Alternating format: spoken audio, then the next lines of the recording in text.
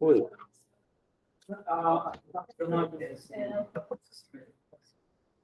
Pois é, precisa combinar, né? O convite já foi feito. Resta saber se vocês vão topar. A ideia da jornadinha ela tem um formato muito próprio, que é, como o próprio nome diz, o diminutivo não é depreciativo, ele tem a ver com o tempo.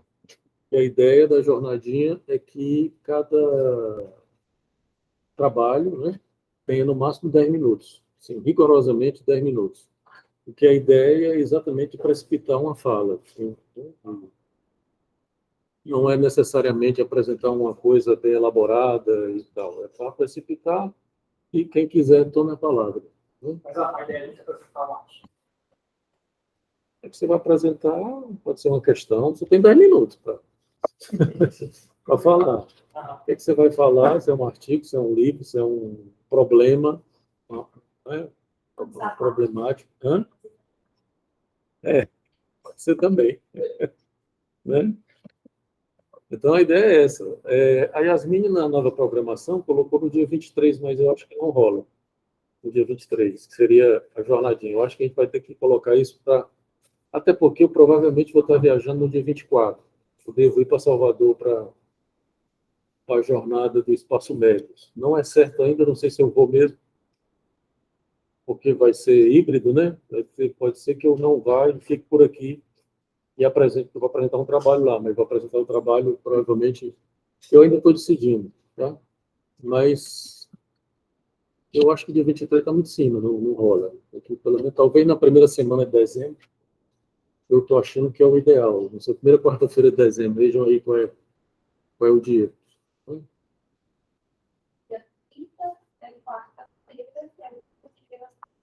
A quarta seguinte. É 7. Eu acho que seria uma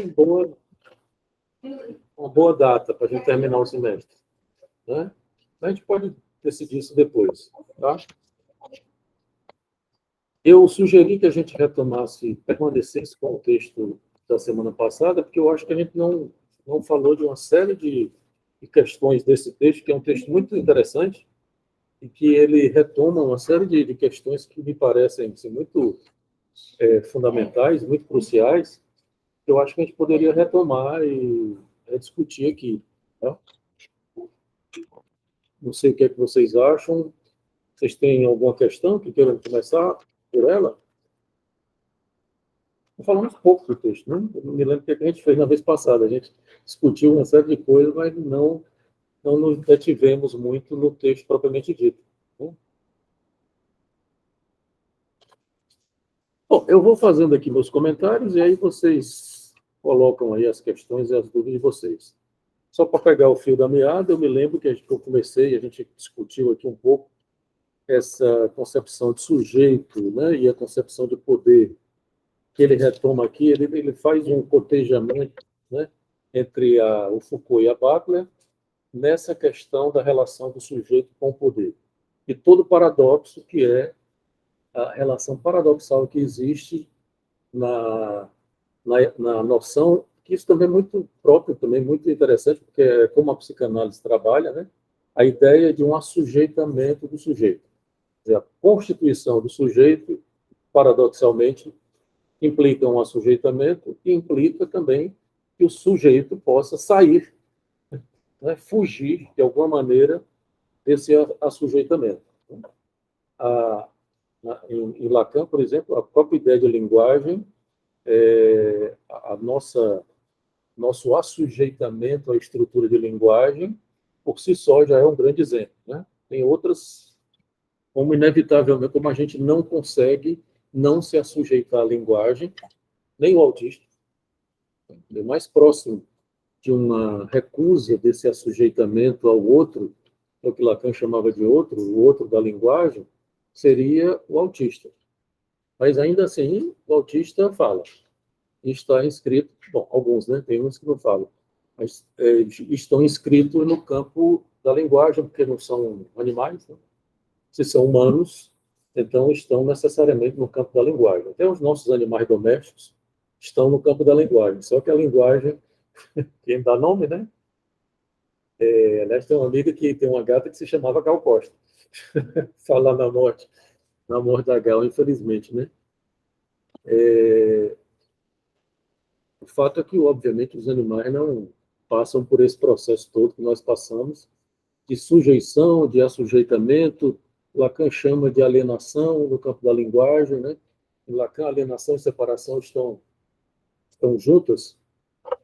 E, curiosamente, também, tanto Foucault como a Butler acompanham essa lógica, né? Como se eles concordassem com a lógica, né? O conteúdo em si, a forma como isso acontece, tem algumas distinções. Porque, por exemplo, a lógica é essa, você dizendo de maneira geral, existe um assujeitamento, que ninguém escapa, tá?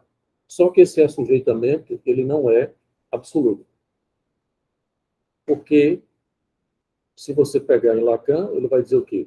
Se você pegar em Freud, tem a castração do outro. Se você pegar em Lacan, tem a falta do significante no outro. O outro não tem todos os significantes. Se você pegar em Foucault, por exemplo, você pode dizer que falta, que o poder sempre tem uma resistência. A grande diferença qual é? É que esse processo de constituição do sujeito, que a gente encontra de uma maneira muito estrutural e muito clínica em psicanálise, na Butler, especialmente, no Foucault, eles são politizados. Eles colocam, traduzem isso como uma submissão a uma relação de poder.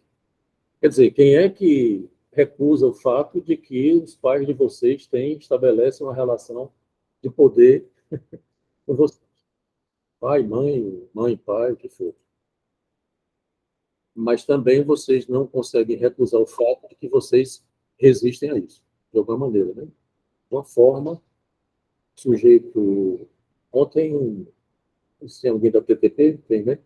Ontem tem um estagiário apresentando um caso clínico que a gente está atendendo, que eu não vou poder falar muito porque está gravando, mas é muito interessante porque é um garoto que eu comentava em sala de aula, assim, de um apassivamento muito contundente, assim, com uma gravidade da situação. Ele não é psicótico, né? Vocês estavam lá numa apresentação, né? Ele não é psicótico, mas ele tem um apassivamento assim, quase que absoluto, porque ele, por exemplo, não consegue dizer para os pais que é homossexual. Então, ele não tem nenhuma prática sexual, ele se diz neutro, ele tenta exatamente sair do campo fálico sexual, né, para não fazer. O mais impressionante que eu dizer lá qual é que ele ainda sequer formula a tentativa de dizer para os pais.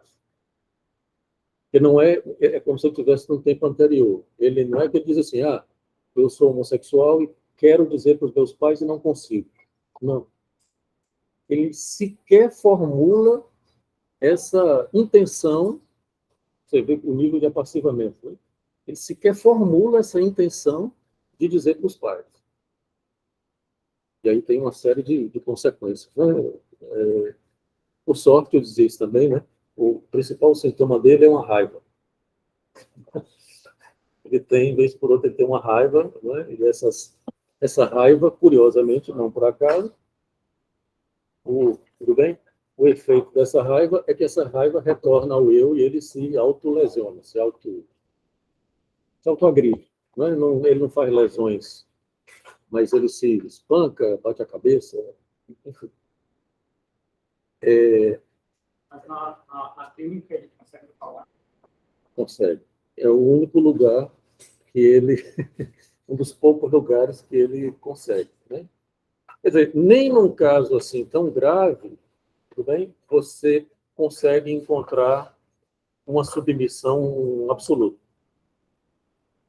Nem num caso assim, porque isso para a psicanálise é muito importante, porque o sintoma, e veja a importância que a psicanálise dá ao sintoma, o sintoma, se vocês, eu acho que isso não serve só para a psicanálise, não, que serve também para essa perspectiva mais crítico-política com a qual a gente está trabalhando. Os sintomas, eles dizem algo, eles sinalizam algo. De que a concepção de Lacan, cadê a Helena? A Helena não está em mão, né? Ela está trabalhando com essa concepção de sintoma. De que o sintoma, ele é ele sinaliza que alguma coisa não anda bem. Alguma coisa não está funcionando. Um fracasso. Você tem a Helena, porque a Helena está trabalhando com fracasso escolar, né? A Helena é doutoranda. E ela está trabalhando com fracasso escolar como um sintoma nesse sentido. Fracasso escolar é um sintoma que indica que tem alguma coisa que não está funcionando bem na estrutura. Não é só na estrutura do sujeito, né? Na estrutura educacional, escolar também. Né? Então, veja a importância do sintoma. O sintoma é a última, isso clinicamente falando, psicanaliticamente falando, é a última bandeira do sujeito, diante desse assujeitamento, do risco desse assujeitamento absoluto. Felizmente, a gente tem sintoma. Não é? Entendam o que eu estou dizendo. Eu não estou dizendo, por outro lado, que o sintoma é bom, no sentido de que fazer uma apologia do sintoma. Não é nesse sentido. O sintoma é uma coisa que atrapalha a vida das pessoas e tal, e etc. Mas ele é um ponto que não deixa o sujeito desaparecer.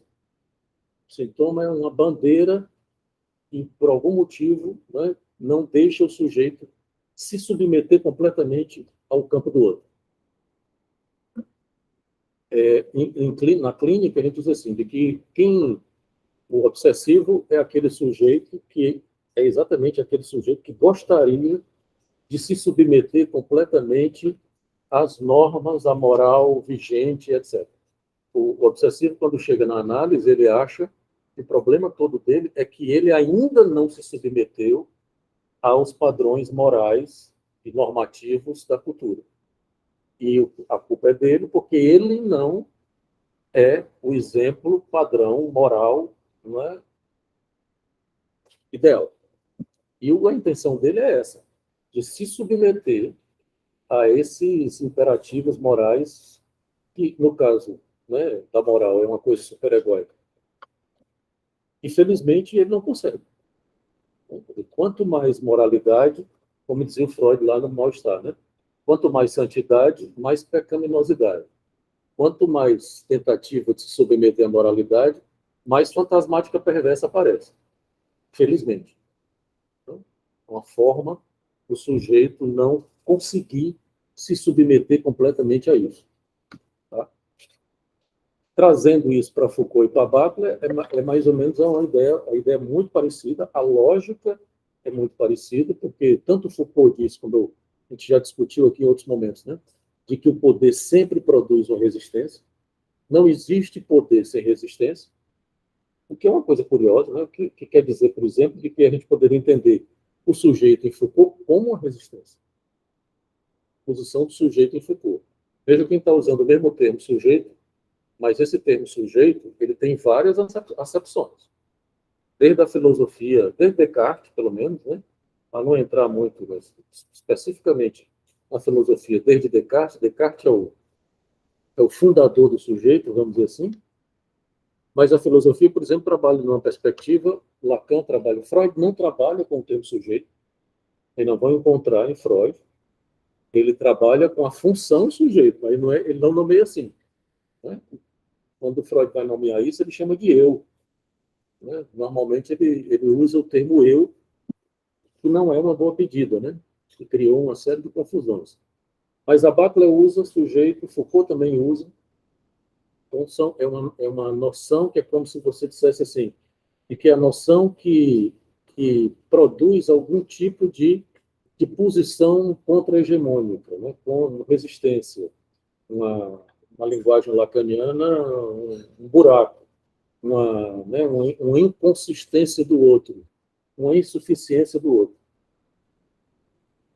Mas isso, e veja que isso é muito importante para entender, afinal de contas, o que diabo é sujeito. O sujeito não é o cidadão, não é o indivíduo, não é a pessoa, não é o eu. Não é. Isso em Lacan fica muito claro. Eu não sei se nas outras, na filosofia também, porque a filosofia já sabe que o eu não é consciente, por exemplo, né? Que é a ideia de eu como uma consciência. Mas o sujeito é exatamente essa função, em Lacan isso é muito claro, é essa função que impõe uma singularidade a cada um. Isso é meio que inevitável, porque, como eu disse para vocês, a singularidade ela se apresenta inevitavelmente, porque se ela não se apresentar, é a morte. É um apagamento subjetivo, mas o corpo não deixa. O corpo não deixa, porque o corpo faz sintoma. De alguma maneira, como é o caso desse rapaz. Mesmo que essa agressividade seja dirigida a ele, ele tem essa posição de apassivamento muito, né? Mas ainda assim, a raiva é o ponto onde ele consegue se posicionar de uma forma insubmissa. Mesmo que essa insubmissão volte, né, como uma culpa e ataque a ele. Pode ser que na análise ele comece a agredir alguém. Não que a análise vá propor isso, que se trata disso, né? Mas que ele possa fazer alguma outra coisa com essa raiva, né? Que é uma agressividade. Tá? Então, tanto Foucault como a Butler sabem desse paradoxo, né? Que é exatamente isso que a gente está tratando aqui. Se você traduz o outro lacaniano para o outro do poder, por exemplo, você pode entender melhor. Se você politiza o outro lacaniano, por exemplo, isso fica mais claro como é que a gente trabalha com Foucault e com a Butler. É exatamente o que Lacan não faz diretamente. Lacan não entra nessa discussão política. Lacan vai falar de alienação e separação, vai falar da singularidade do sujeito e tal, mas ele não é que o Lacan não fale de política, ele fala de política em vários momentos. Mas nessa constituição do sujeito, por exemplo, o seminário 11 é o seminário onde ele desenvolve essa história da alienação e separação. Ele não faz a leitura política, por exemplo, que a Butler faz na vida psíquica do poder, que é citada aqui pelo autor. Né? Mas ao mesmo tempo, eu lembro que o senhor já chegou a falar que o Lacan ele gostou do estudo do papel político. É. O que é esse diferente? Não, porque o Lacan, o nosso nome, Intrusos, vem daí, de uma afirmação do Lacan no seminário 17, que é um seminário que eu gosto muito. Ele diz assim, de que a psicanálise na política só pode se apresentar como intrusa. Tá? E a intrusão que a psicanálise faz na política é exatamente da dimensão do gozo. Ele vai mostrar que os discursos e a política, que é isso que falta a Foucault e a Butler. A Butler se aproxima disso quando entra com a questão do corpo e das práticas sexuais. Mas ainda assim não é a mesma coisa que gozo. Por exemplo, em Lacan. Foucault se aproxima disso quando fala, por exemplo, dos prazeres, né? Da intensificação dos prazeres do corpo e tal. Mas o que Lacan vai dizer é que a política e os discursos eles tentam fazer um tipo de grafia do gozo. É como se a cultura, aliás, a minha tese de doutorado é toda sobre isso. A cultura ela interdita alguns tipos de gozo e propõe outros. Até então a gente achava, com Freud, por exemplo, se você pega o Freudão, né? Freudão tradicional, a impressão que dá é que a lei paterna, a cultura, só interdita. Estou dizendo que o Freud disse isso, não. Mas você fazendo uma leitura mais, né, mais de cima do Freud, interdição do incesto, proibição do assassinato. Né? As duas leis originárias em Freud. Todas as outras leis provêm dessas duas, especialmente a interdição do incesto. Então, a lógica freudiana é interditora. O Lacan modifica um pouco isso, porque o Lacan faz uma leitura do capitalismo. No seminário 16, que é exatamente o anterior a isso, o Lacan faz uma leitura do capitalismo, e é o Lacan quem vai propor essa ideia de que o capitalismo promove o gozo. Ele oferece objetos para a gente gozar. O Lacan, obviamente, não é novidade, ele tira isso do Marx, a ideia de fetichismo da mercadoria. Né? Então, o mercado é um mercado dos objetos e é um mercado do gozo. Ele se oferece objetos para se gozar no sentido psicanalítico do termo. Né? Então, o Lacan introduz, por exemplo, ele vai dizer que o Marx já sabia, Marx não dá esse nome, mas o Marx já sabia tudo bem, dessa dimensão do gozo quando, por exemplo, no Capital ele faz a distinção entre valor de uso e valor de troca. Ou seja, o Marx sabia que a mercadoria e a lógica do mercado, ela não era simplesmente uma questão de utilidade. Não era o valor de troca, simplesmente, o valor de uso. Agora eu não sei mais o que é valor de uso e valor de troca. Bom, o valor da utilidade, né, e um valor e um plus, que tem valor agregado, a mais-valia. Tanto é que o Lacan vai chamar o gozo dele, do mais de gozar, fazendo uma homologia à mais-valia do Marx. Quer dizer, isso aqui não serve, isso aqui serve até para telefonar, né? Mas serve, isso aqui virou uma fetiche. Nossa vida gira em torno desse troço aqui, você faz tudo com isso. Então, não estamos falando de utilidade. O utilitarismo cai por terra. A psicanálise não é utilitarista. Existe uma filosofia utilitarista, né? Mas a psicanálise não trabalha por isso. Não se trata de você ter um objeto porque ele é útil. Mesmo que ele seja útil, por exemplo, como isso aqui, porque se eu não tiver isso aqui eu não vejo, mas por que é essa estrutura, como é o nome disso aqui? Armação? Por que é isso aqui? Fui eu que escolhi. Então tem um significante, uma escolha do sujeito, algo da ordem de um gozo que o sujeito escolhe. Entende? Não é unicamente uma questão de necessidade, de utilidade.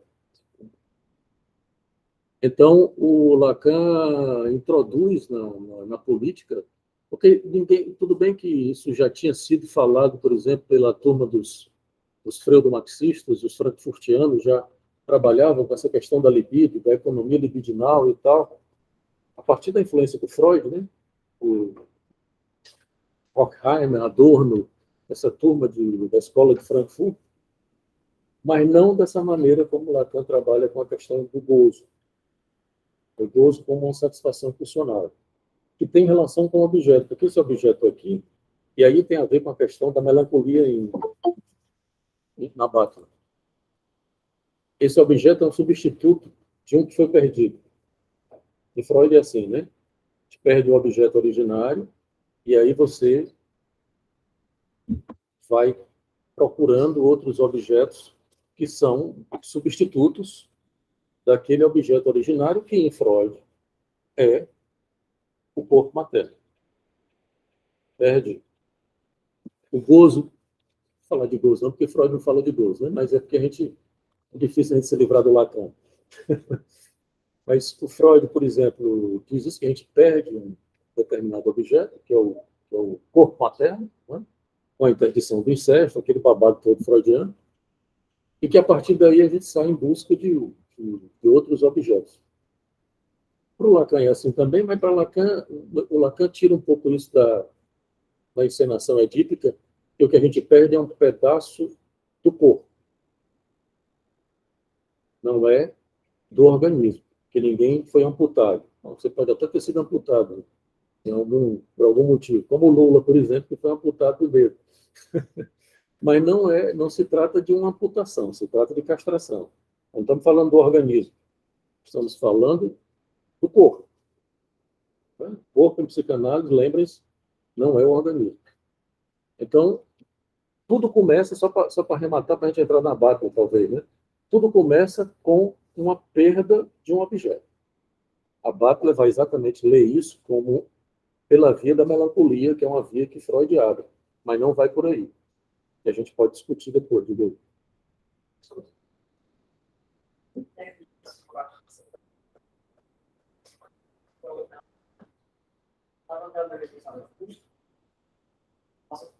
Deus sobre o povo. A análise se permite para construir esse povo. O Freud sempre recusou a influência do Nietzsche, né? Foi a Lu Salomé, vocês devem ter ouvido falar nela já. Tem um filme interessante sobre ela, muito, muito bacana, que se chama Lu André Salomé, que é uma psicanalista tudo bem, uma mulher inteligentíssima, lindíssima e tal, o Nietzsche ficou doido por causa dela, dizem as más línguas, né? Estou brincando. Mas era uma mulher deslumbrante, disse que era psicanalista, e ela tentou fazer esse meio de campo entre Freud e Nietzsche. O Freud nunca disse que nunca tinha lido Nietzsche, né? É claro que tanto Freud como Nietzsche eles estão aí dentro dessa lógica do romantismo alemão, né? Que se apresenta nesse momento, vamos dizer assim, numa mesma vibe de temporal, vamos dizer assim. É provável que o Freud tenha lido Nietzsche, mas ele não lembra do Freud que se referia a Nietzsche. Eu acho que ele nunca... Tem um livro do Paulo Hansson que se chama Freud e Nietzsche. Talvez seja interessante, que é exatamente fazendo as correlações, né? Mas veja bem, o corpo, esse corpo que eu estou falando para você, ele é muito o corpo do Lacan. Em Freud, ele ainda se mantém como uma certa posição meio orgânica, porque em Freud, o corpo orgânico é a realidade transcendental sobre a qual o traumatismo opera. Por exemplo, a pulsão, em Freud, ela é um desvio, né? Um efeito. Lembra lá do modelinho da interpretação do sonho, né? Primeira satisfação, né? Criança chora, aí não simplesmente berra. Aí tem a primeira satisfação. Aquela primeira satisfação faz um desvio. Deixa de ser uma necessidade e passa a ser pulsão. O Freud ele se ancora no corpo biológico para subverter, tudo bem, mas de todo modo ele se ancora lá. Lacan não. Lacan não vai considerar as coisas nesses termos. Para Lacan o corpo começa com um buraco. Então, tudo começa com um buraco para Lacan.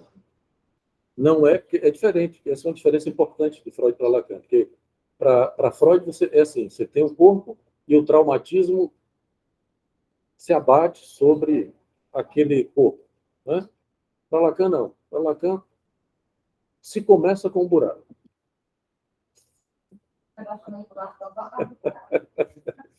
É diferente, né?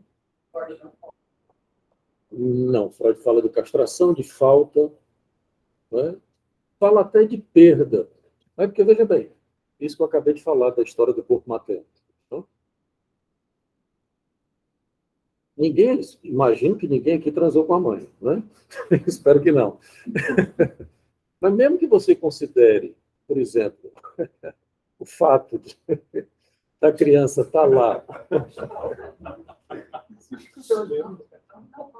fantasma de incesto voltou, né? Você considera aquela cena da criança, a cena agustiniana, da criança chupando o peito da mãe, né? É a cena da inveja do Santo Agostinho. Que o Santo Agostinho relata isso, dizendo que viu o irmão chupando o peito da mãe e ficou achando que ele estava gozando do corpo da mãe e ia sugar a mãe toda para ele e tal. Né? Aquela fantasma do Santo Agostinho. Quer dizer, aquela criança grudada no corpo materno. A suposição fantasmática, neurótica, eu brinco com vocês dizendo isso, né? De que essa suposição de que nós tínhamos tudo, perdemos, e a gente fica querendo ganhar na Mega Sena para voltar, para ter tudo, né? Eu digo que quem ganhar na Mega Sena é uma fantasia incestuosa, né? E é mesmo. Você quer ganhar na Mega Sena para voltar a ter tudo que você supõe que teve. Só que tem um porém, você nunca teve. Esse objeto que o Freud disse que falta, ele não é uma falta porque você nunca teve. Nunca houve essa completude. Entende? É o contrário. Veja que a lógica do Lacan é o contrário. Porque para Freud você teve, a criança teve, mesmo que Freud não era burro, Freud sabia que isso era você tinha dentro de uma condição narcísica primária, imaginária da criança. Você teve, a criança teve, a castração se abate, sob o narcisismo primário, a criança perde. Né? E fica lamentando, fica querendo recuperar nos ideais fálicos e etc, etc. O problema é que você nunca teve. Essa história de que um dia eu tive é uma suposição a posteriori neurótica do neurótico castrado que somos nós. Depois que você está castrado, você diz, eu era feliz e não sabia. Eu tinha tudo, mas não é verdade. Você nunca teve. Então, para Lacan, é o contrário. É o fato de que há um buraco que você fica tentando dar conta dessa condição e dessa posição que o sujeito ocupa como sendo esburacado. É o contrário. O buraco não vem depois. E Freud não fala em buraco, mas se você forçar a barra, você poderia dizer que para Freud o buraco vem depois, porque a falta vem depois. Né? Para Lacan, não. Tanto é que Lacan muda o termo. Freud fala de castração, Lacan também fala de castração. Lacan fala de três, né? Castração, frustração e privação. Lacan muda o termo, ele vai dizer que você entra no campo da linguagem, você sofre o efeito de uma privação originária. Não é uma castração. Castração já é uma elaboração sexualizada do neurótico. Privação é de outra ordem, ela é originária. No fim da obra, o Lacan propõe um outro termo, além da privação, ele fala ali no fim dos anos 50, 58 e tal, e lá quando ele vai para o Novo-Romeano, ele fala de uma foraclusão originária. O termo foraclusão, que ele usava só para psicose, no fim, ele vai dizer que tem uma foraclusão na estrutura, no miolo da estrutura. Então, o primeiro é o buraco. Isso tem toda a diferença, faz toda a diferença clínica. Né? Mas, enfim, só para concluir a sua questão. De maneira que, para Lacan, você dizer eu sou meu corpo, não convence. Você não... Normalmente não é assim que a gente diz. A gente diz eu tenho um corpo, e não eu sou o corpo. Porque você não conhece o corpo. O corpo, na verdade, é um estranho. Isso em Lacan. O sujeito é um parasita que é sustentado pelo corpo. Essa função sujeito. Obviamente que ela também tem a ver com o efeito da linguagem no corpo. Mas nós não conhecemos o nosso corpo. A Gal Costa não sabia que ia ter um infarto fulminante. Não sabia. O corpo ele tem uma dimensão real, simbólica e imaginária, mas ele tem uma dimensão real. Né? Você não conhece as suas vísceras. Conhece? Você não olha no espelho. O corpo que a gente conhece é o corpo imaginário, é o corpo narcísico. Eu olho no espelho e ainda assim não vejo todo, né? Porque eu não vejo as costas. Tem uma limitação da imagem, por exemplo, para você conhecer o corpo. E tem, inclusive, estranhamento. Quer dizer, é curioso que os psicóticos estranham. Não reconheçam o corpo como sendo deles. Ou que reconheçam uma falta, né? Uma amputação qualquer, falta a cabeça, falta um membro, falta um... Né? Não é o real do corpo, ele fica desconhecido para o sujeito. Né? Faz parte do organismo. Você pode até dizer que quando eu falo real do corpo, eu também não estou falando do organismo unicamente. É claro que tem o corpo real, que é a carne, o osso, as vísceras, etc. Mas o real do corpo que nos apavora nem é propriamente isso. O real do corpo que nos apavora é a morte. E você não vê no espelho. Você vê as rugas, né? Você vê a barba branca. Aí você diz, epa, o negócio está chegando. Né? Mas ainda assim, você permanece numa certa ignorância com relação à morte. O real do corpo é a morte, não é propriamente o organismo. Eu disse isso para você, não é o seu corpo que vai lhe matar. Foi o corpo da Gal que matou ela. né? Mas a Gal não poderia até se angustiar, né? Que poderia ter um infarto. Mas ela estava angustiada era com a morte, não era com o coração explodido, entendeu? Diga. Você falou que voltando estudando, É, eu fiquei perguntando quem é Disney quem, né? Você vai estar no povo, e aí eu volto pro texto que ele fala que o sujeito aparece a cruz do povo. exatamente. Exatamente porque a função, isso é muito interessante porque é parecido com a Butler assim também, né, com Foucault, né? Lembra quando eu falei do corpo Lacan, que eu falava exatamente da corpsificação? Você precisa construir o corpo. Você precisa fazer do corpo, que de maneira você nasce com o corpo, que é um espaço de sofrimento, e você tem que fazer um playground no corpo. Né? E você não deixa de sofrer, obviamente, mas a corpsificação em Lacan é exatamente essa incorporação do simbólico. A incorporação do simbólico, ela esgota o gozo do corpo, no sentido do sofrimento do corpo. Então, ela tem a ver exatamente com esse funcionamento simbólico da cultura. Por exemplo, as interdições ou as permissões de gozo que a gente tem no corpo. Ninguém aqui come cachorro, a não ser que seja coreano. Tem alguém coreano aqui? Não. Talvez, se você for para a Coreia, você passe mal comendo cachorro. Veja, é uma interdição simbólica, né? A nossa cultura. É uma interdição alimentar. No entanto, a gente come porco, come vaca, que na Índia ninguém come, por exemplo. Então, tem uma construção aí que tem a ver com essas interdições, né? Porque é mais ou menos isso. É a ideia de. Eles não usam isso, né? A ideia de pulsão, a ideia de gozo. Mas é curioso isso, porque essa história está no jogo. Né?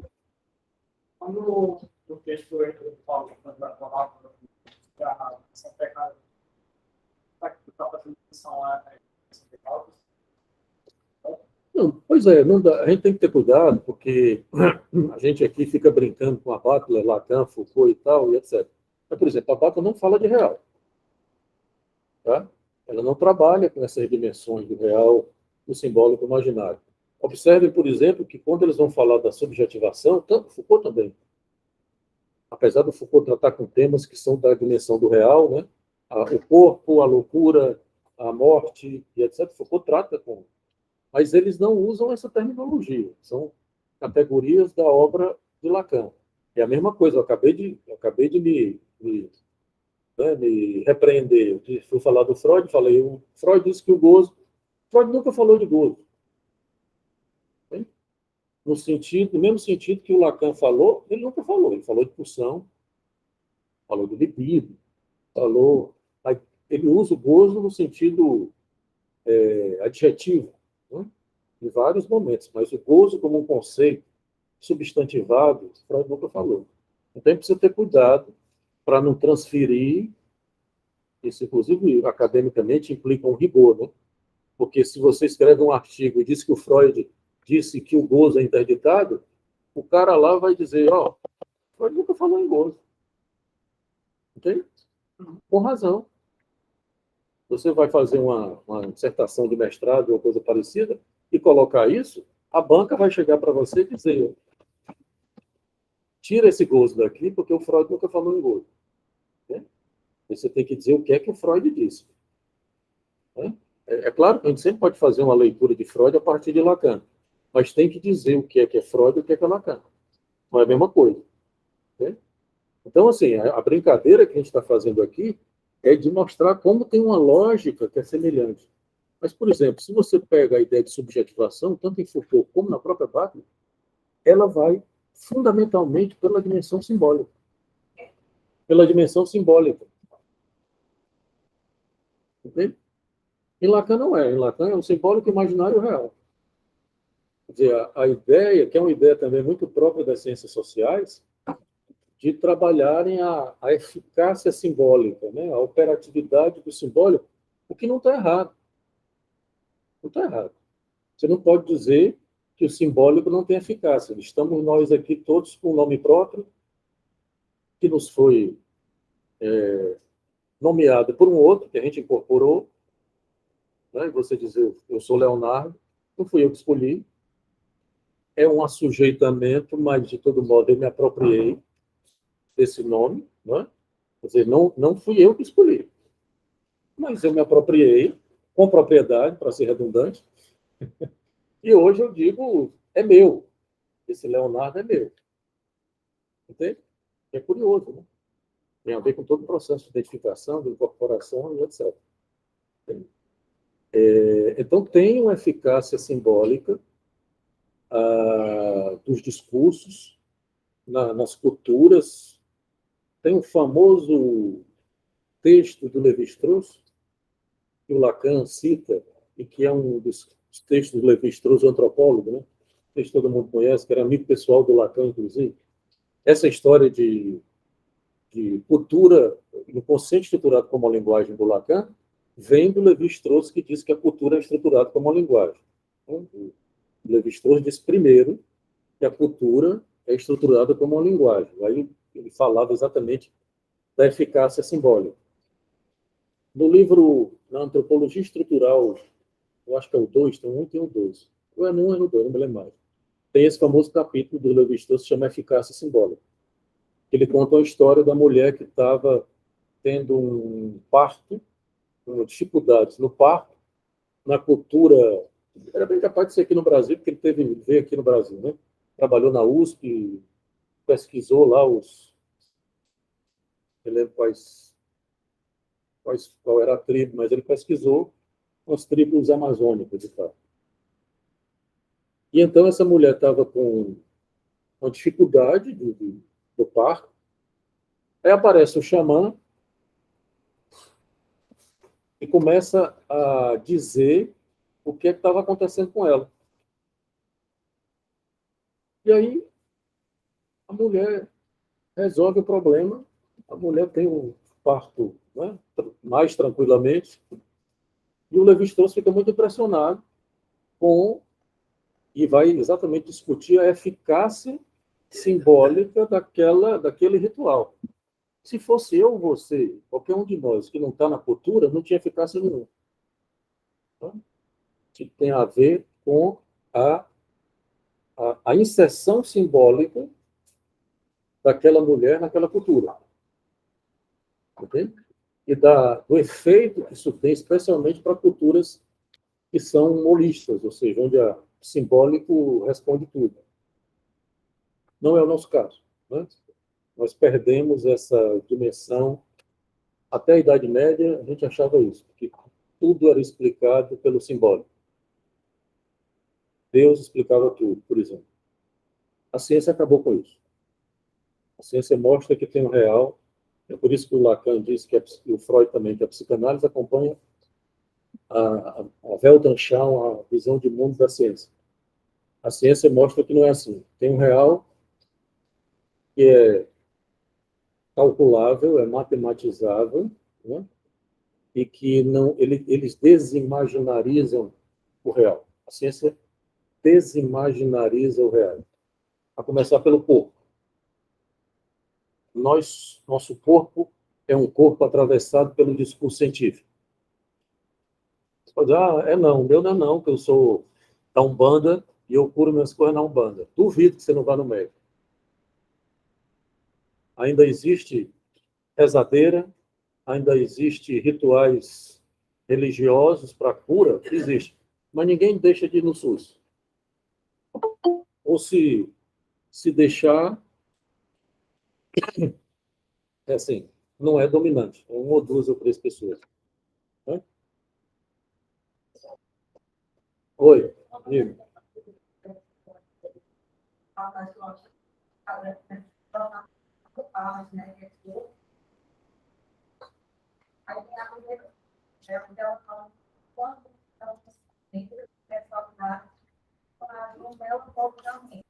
Ah, sim.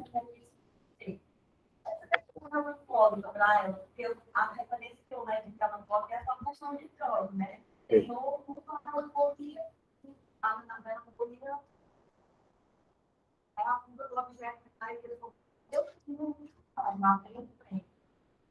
Aí para ela, Pior que a referência da Butler é o Freud do Luto e Melancolia. Tá? Só que ela faz uma leitura muito própria da melancolia. A melancolia do Freud. Ela vai... É como se ela pegasse... É muito curioso, porque assim, o modelo da estrutura do sujeito para Freud é a histeria. O modelo da estrutura do sujeito para Lacan é paranoia. Eu acho que para Foucault também. Porque o Lacan... O saber é paranoico, né? O Lacan tem essa história do outro, né? O outro do espelho, o outro, o grande outro e tal. Então, o modelo do Lacan não é o modelo freudiano da histeria. Porque para Freud era a histeria, o recalque, a coisa da sexualidade e tal. Etc. Para Lacan, a nossa relação, o modelo é paranoico porque implica a nossa relação com o outro. Seja o outro semelhante, próximo, seja o outro o grande outro. E para Butler é a melancolia. Porque é como se a Butler... Assim, eu tenho dificuldades para aceitar essa posição da Butler, mas a posição dela é mais ou menos essa, de que o sujeito, em perdendo esse objeto, ele tenta fazer um luto, mas esse luto nunca é um sucesso. E tem mais. No problema de gênero, ela vai dizer que essa primeira posição do objeto, do sujeito, é uma posição homossexual. Então, é coisa que eu não concordo. Eu acho que não, a primeira posição do sujeito é uma posição objetal, na minha posição. Né? Não é nem propriamente sexuada ainda.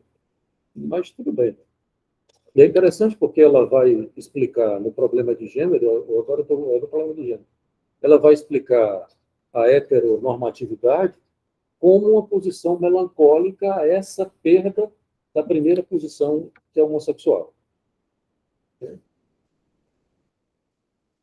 Eu diria até que se a gente tiver, por exemplo, desenvolver um pouco, eu diria que essa posição originária é uma posição objetal que ela precisa ser feminilizada. Tá? Para todo mundo. Não é só para a mulher, não. A melhor coisa que você faz com a sua posição objetal originária é feminilizar. Mas a Butler, não, isso é a minha posição, né? Da Butler, não. Para Butler, é uma perda que, exatamente porque ela usa o termo melancolia para falar exatamente do fracasso de um luto.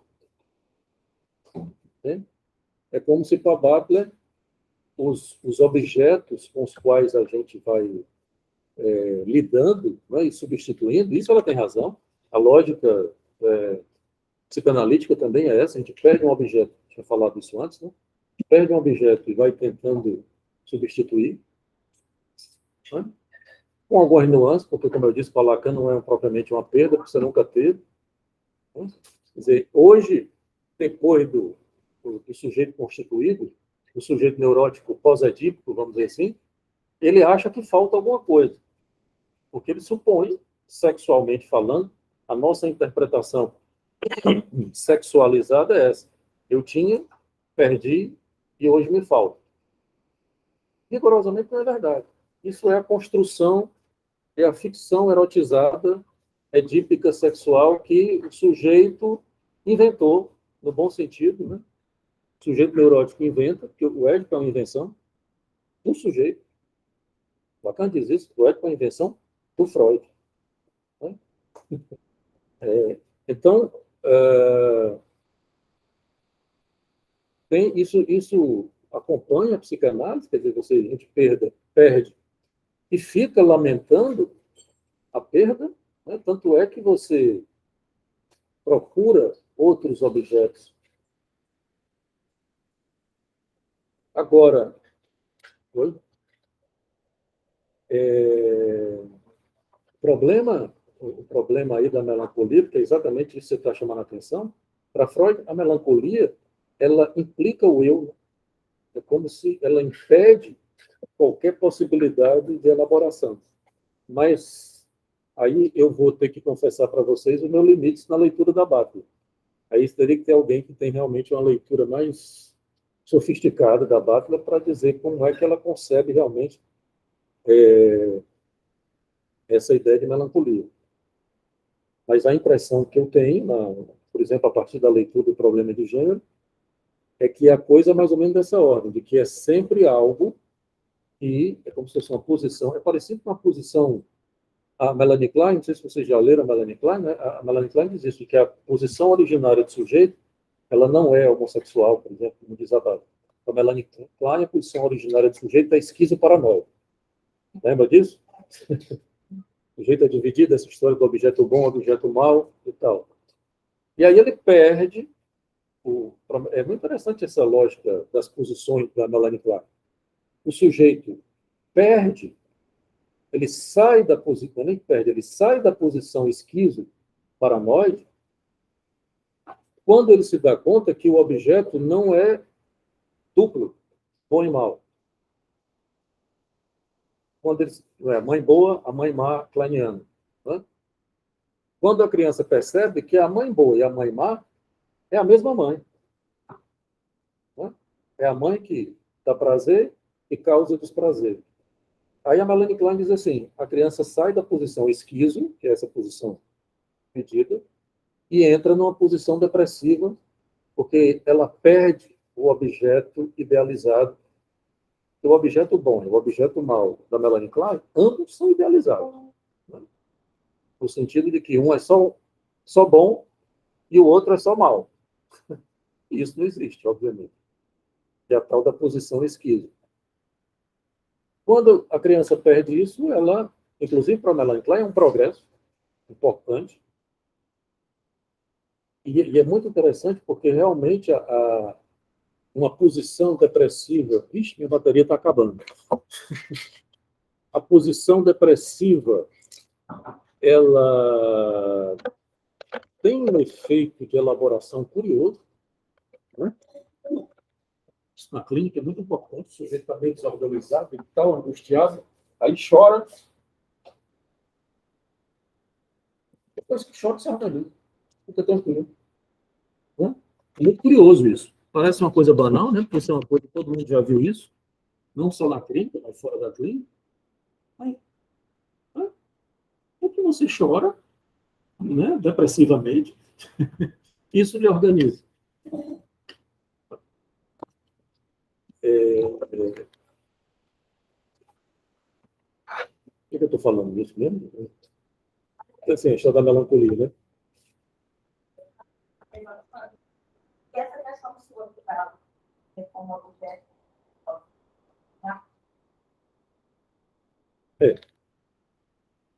Para Lacan, a primeira posição do sujeito é uma posição objetal. O sujeito não vem primeiro, para voltar à história do buraco, a BA. A Otílio.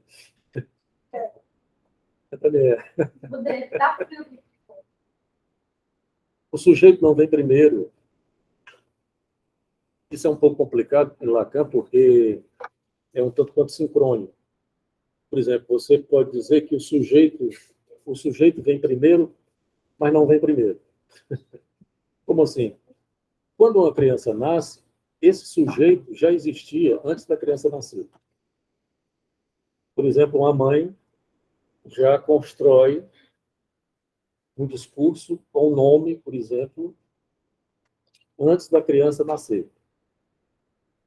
Entretanto, do ponto de vista da constituição do sujeito, a primeira posição desse sujeito não é de sujeito, é de objeto. Isso é complicado porque é tudo muito sincrônico. Né? A mãe tem que ver ali um buraco para que o sujeito possa se colocar. Ela, por exemplo, não pode dizer tudo sobre aquela criança. E a mãe pode se arvorar, dizer tudo. Né? Ela tem que se deparar com a insuficiência, com a inconsistência da sua condição simbólica. Então, primeiro, na estrutura em Lacan, você tem que recortar um objeto. O sujeito só emerge quando o objeto cai e constitui-se um buraco. sem buraco não tem sujeito. Então, o buraco tem que vir primeiro. Tá? Porque isso é muito topológico e não é cronológico. Tá? Porque isso, por exemplo, aparece no espaço topológico do discurso dos pais. Mesmo que o menino ainda não tenha nascido, os pais já supõem que o menino vai fazer isso, vai fazer aquilo, já supõem um desejo. Entende? Para você supor um desejo, você já tem que ter recortado alguma falta, algum buraco. Isso é um pouco complicado porque é sincrônico. Por isso que o Lacan usa aqueles objetos topológicos todos para falar disso. Né? Mas, de todo modo, assim, a gente pode afirmar que em Lacan, a primeira posição do sujeito, ela não poderia ser homossexual, por exemplo, como propõe a Butler, porque isso implicaria já uma erotização da condição de objeto. Entende? E aí é você exigir demais de um sujeito. Porque, por exemplo, e aí você teria que, por exemplo, explicar como é que a gente sofre da condição de objeto, dos ataques da condição de objeto, em situações onde isso não está erotizado. O nome disso é o quê? Pulsão de morte. Uma coisa é você erotizar a posição de objeto. Aí tudo bem, você está no campo do sexual, do erótico e etc. Mas quando você sofre os efeitos de uma posição, como era o velho Freud descobriu nos sonhos da neurose traumáticas, que diz, eu não posso dizer que isso aqui é prazer, isso aqui é sexual. O cara sonhar 200 vezes com um amigo que explodiu do lado dele, é forçar a barra você dizer que o cara está tendo prazer com isso. Não é? É você sexualizar demais. Agora, você pode dizer que o sujeito, e aí vão me permitir não é? A licença teórica, você pode dizer que o sujeito goza com isso, já que gozo não é prazer. Freud não disse isso dessa maneira, mas disse de outras formas. Qual foi a outra forma que o Freud disse? Não tem prazer aqui, é um além do princípio de prazer, mas tem uma satisfação pulsional com essa repetição. Por que ele repete? Se repete, tem alguma satisfação pulsional. O problema é que não é uma satisfação da pulsão sexual. Não é uma satisfação sexual da pulsão, ou da pulsão sexual. É uma satisfação de outra ordem. O termo satisfação é que é complicado, né? Porque sempre acha que satisfação é uma coisa boa.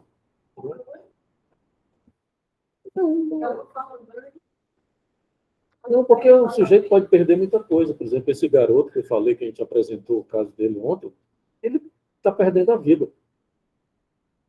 Ele não está ganhando nada. Ele tem um rapaz jovem, não vou dizer a idade por conta da gravação, mas é um rapaz jovem, assim, da idade de vocês, mais jovens, que não vive. Não vive, não namora, não transa, não faz nada, fica no computador, se masturba, não trabalha, não faz nada. Ele não está ganhando nada com isso. É uma desistência fálica. Esse é o problema. Se você faz uma desistência fálica, você vai para o campo, para o lado negro da força. Né? Você vai para o campo da pulsão de morte, da destruição e do gozo. Foi mais ou menos o que ele escolheu. A análise não é neutra, ela não está lá para dizer que você vai fazer o que você quiser. Não. Ele pode falar o que quiser. Mas se vai para a análise vai tentar demovê-lo dessa posição com o pior. Ninguém vai pegar ele, amarrar e tirar de lá, porque não funciona, não é assim. Mas a direção do tratamento é que ele possa recompor as posições fálicas dele, por exemplo, né? Trabalhar, namorar, o que for. Declarar para os pais, por exemplo, que é homossexual. Entende? Não é um ganho, você pode até dizer, um ganho de gozo. É.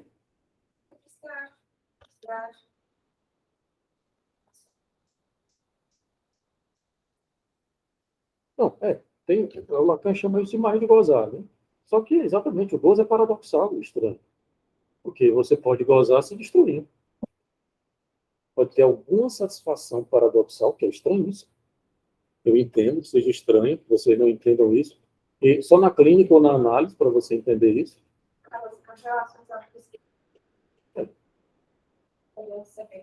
Você bem entende. Se a sofrimento, a dor, mas você vai menos. Então, Exatamente. Tem algum comprometimento funcional aí. Essa história. Tá? Um compromisso funcional, que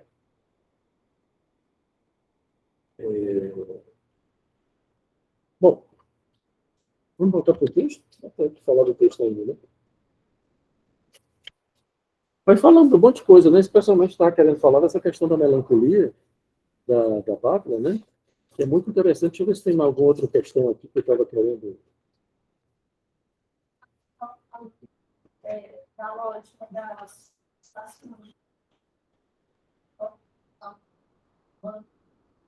Não, é porque nem a Bárbara nem o Foucault são psicanalistas. Tudo bem, né? Quem quer que eles sejam, não se trata disso. Então, eles tratam a questão da subjetivação numa pegada que é muito parecida com como a sociologia, a antropologia, as ciências sociais, de maneira geral, tratam. Que é isso que eu acabei de falar, que é do campo da eficácia simbólica. Né? E é como eu disse, não está errado. Não se trata disso. O problema qual é? É que, e aí, e o interessante é isso, é como é que o real aparece, né? Nessa história? Exatamente no ponto de resistência ao simbólico. A como essa eficácia simbólica não opera ou a resistência aos sintomas. Né? E aí, sintoma no sentido lacaniano do termo, né? Um sinal que alguma coisa que não anda bem. O Lacan chega a dizer que a psicanálise era um sintoma da civilização. Vê como não estamos falando de sintoma no sentido negativo. Que a psicanálise foi aquela, inclusive ele dedica isso ao Marx. Ele disse assim, o primeiro inventor do sintoma foi o Marx. O Marx foi o primeiro cara que chegou e disse, olha, para com essa bobagem de saber absoluto, que a gente vai resolver todos os problemas da humanidade, a gente se comungando e através do saber a gente vai resolver isso. Acaba com esse papo furado, porque tem um negócio mais complicado aqui embaixo, se chama luta de classe. Exploração econômica. Vocês estão pensando que isso é brincadeira, de que a gente, né? Como diz o Padre Kelmo, a gente vai lá, nós somos todos irmãos. E o Padre Kelmo, obviamente, não leu Marx. O Padre Kelmo não leu porra nenhuma, na verdade. Aí veja que a ingenuidade da proposta do Padre Kelmo é essa: somos irmãos, e por que nós vamos brigar e nos explorar se somos irmãos? É a ingenuidade simbólica e imaginária. Vamos fazer acordo simbólico? Pois é, vamos fazer acordos simbólicos. A proposta da religião também, né, do amor. Freud está tudo lá no mal-estar. Freud discute isso. Vamos fazer acordos simbólicos, políticos e etc., etc., que a gente resolve essa parada. Aí o Lacan diz, não, o primeiro que deu a dimensão real da coisa foi o Marx. Acaba com esse papo furado. Tem uma exploração, e a exploração, inclusive, do ponto de vista do gozo, né, que é mais-valia. É o gozo que o trabalhador não goza, quem goza é o capitalista. E extrai do trabalhador uma mais-valia para ele gozar. Tá? Que é a lógica do Marx. Só que o Lacan traduz isso. Toda aquela economia do Freud, energia, né, descarga, energia, prazer, desprazer, aquele papo termodinâmico do Freud, o Lacan traduz pela economia política do Marx. Ele deixa a termodinâmica e pega, isso no seminário 16, ele faz essa operação. Substitui a termodinâmica freudiana, né, que é a coisa do vapor e do trem freudiano, pela economia política marxista. para mostrar exatamente que tem. O Nietzsche também, aliás, o Foucault tem um texto que eu recomendo para vocês, se chama Marx, Nietzsche e Freud. Nietzsche, Marx e Freud. Não sei. Nietzsche, Marx e Freud. Onde ele vai dizer coisa parecida. Esses três caras fizeram rupturas nesse sentido, né? Quer dizer, o Marx sinalizou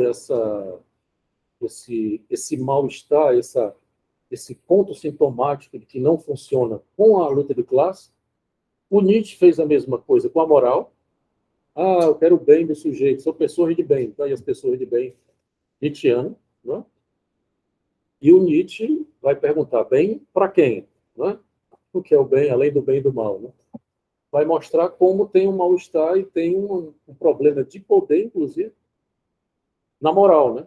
O Nietzsche vai fazer isso, essa questão da, da luta, né? Uma luta que é pela via da moral. E o Freud vai mostrar exatamente toda a ideia do sujeito autônomo, sujeito da ciência, o sujeito autônomo e tal, e tal. E o Freud vai mostrar que o sujeito é dividido. Não tem autonomia porra nenhuma. O sujeito tem uma divisão e que não é possível você operar com essa ideia de uma racionalidade, de uma neutralidade e etc.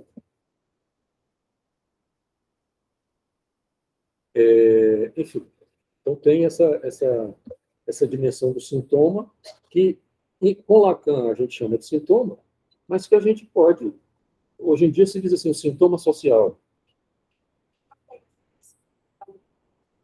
Posição de? Ah, Coloca essa posição de neutralidade. Tá?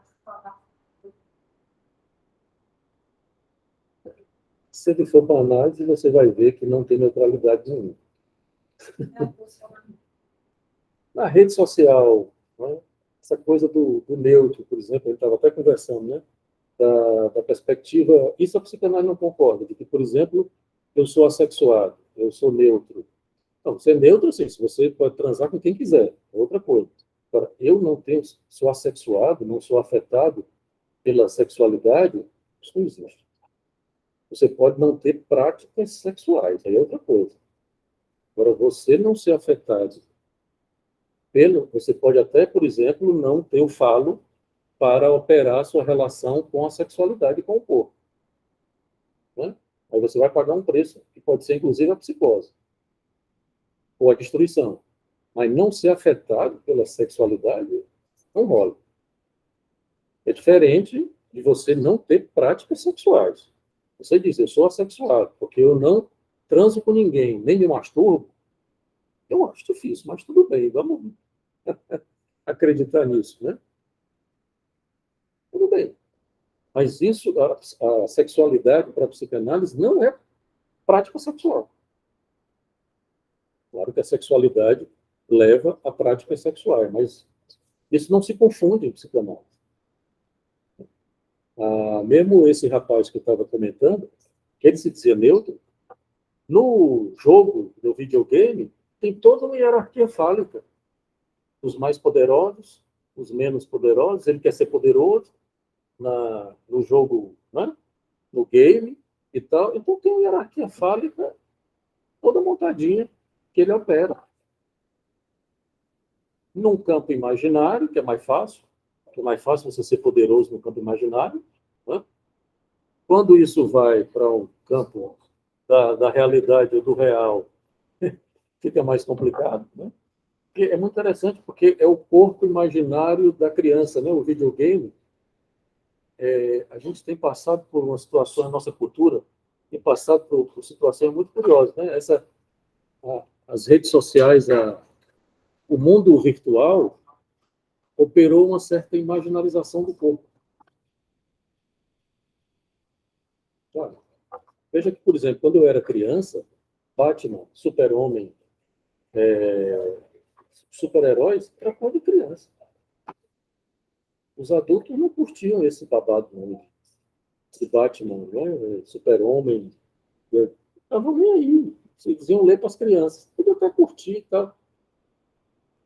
Não rolava isso. Né?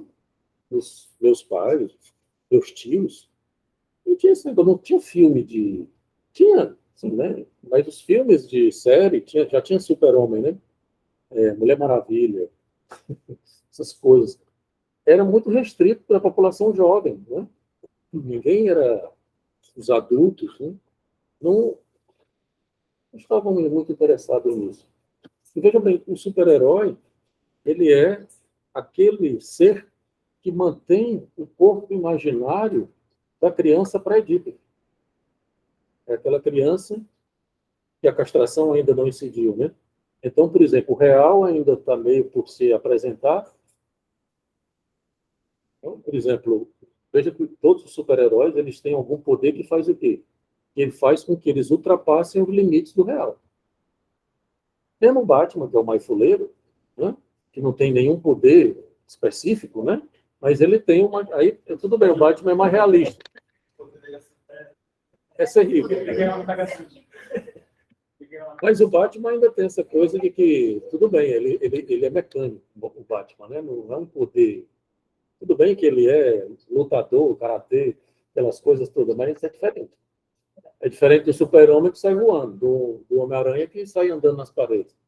Você tem um limite do real, você não pode voar, o Super-Homem ultrapassa. Você não pode andar nas paredes, o Homem-Aranha ultrapassa. Né? Quer dizer, o imaginário, porque se você, os moleques pré-edípicos acreditam que pode subir nas paredes. Acredita que voa, se você deixar a janela aberta, ele pula. Por isso que você não pode deixar a janela aberta. Porque o real, a dimensão real que vem desde antes, mas que se inoda não, porque já está inodado também, mas se verifica com a castração, ele ainda não tem. Ele está muito ainda no campo imaginário. E o mundo virtual faz esse tipo de coisa também, né? Como se você pudesse sair, pudesse fazer um outro tipo de borda no real, nos limites do real. Até morrer, estão querendo que a gente não morra mais. E tem um projeto de inteligência artificial para você tirar a função sujeito, e quem morre não é o corpo, né? Para você ver, não é o corpo que morre. Então, você vai, já tem ficção disso, né? Black Mirror, tem uma série que eu assisti com meu filho, que eu esqueci o nome, não sei o que, Carbon, esqueci. Exatamente. Você tira a subjetividade, o sujeito, como vocês quiserem chamar, e troca de corpo. Né?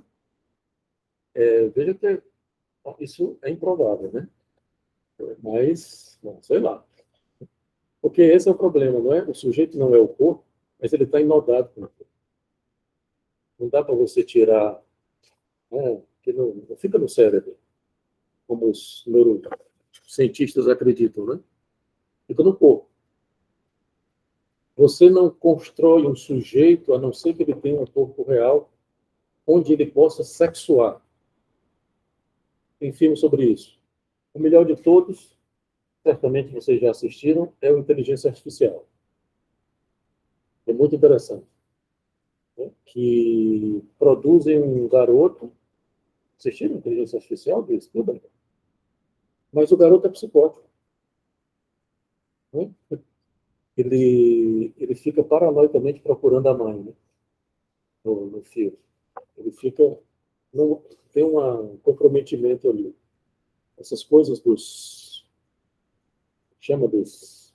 Tem outro agora que eu assisti, do parque, que são os robôs, Westworld. E que é curioso, porque quando consegue fazer sujeito, o sujeito é paranoico. Quer matar todo mundo. Que é o que aparece no Westworld. Né? Mas muito. No Westworld é interessante, porque tem uma vivência, né? Tem um traumático, curioso, né? Enfim, ver se tem mais alguma coisa aqui. Tem uma frase aqui interessante, que ela diz assim, ele, né? Não há, portanto, corpo possível fora do poder. Do poder.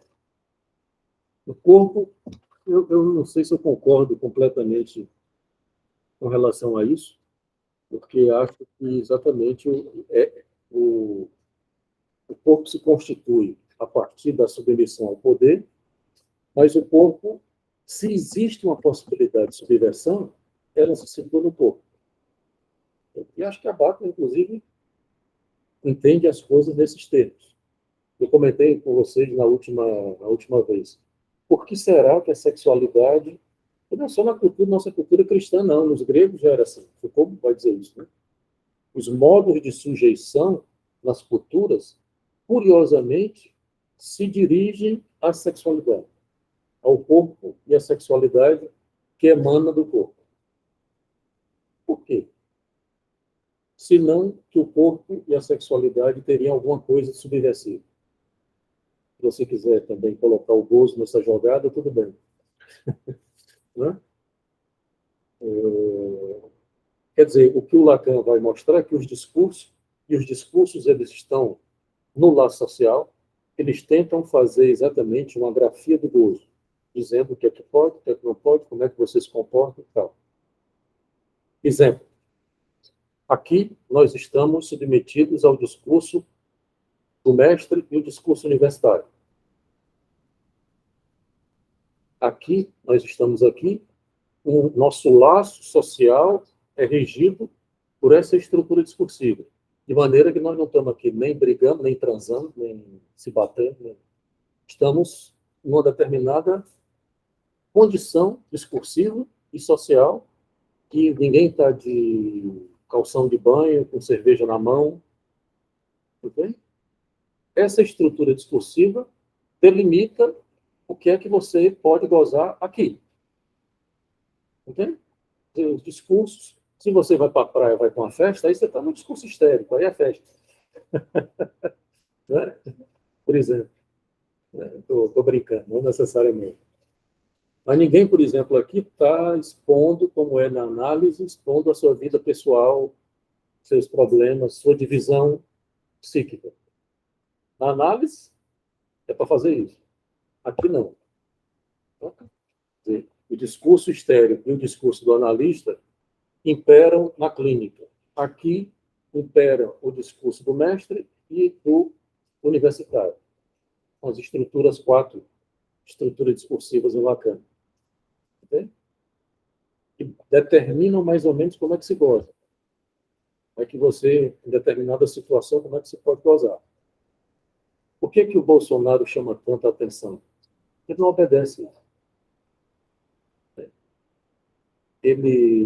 O pudor com gozo, vou dizer com politicamente correto, com coisas que você deve fazer enquanto você está no lugar de presidente, ele não obedece. Esse semblante ele não faz.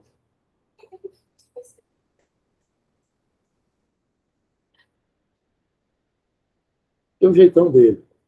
É o que o povo diz, né? Os bolsominions é o jeitão dele, ele é assim mesmo.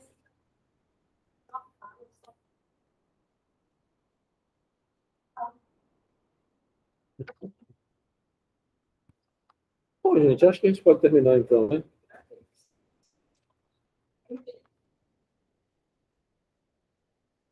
Esse texto é muito bom, viu? Muito bacana. Vou parar aqui. Aí a gente passa para o próximo, né? Qual é o... Aquele que alguém colocou na...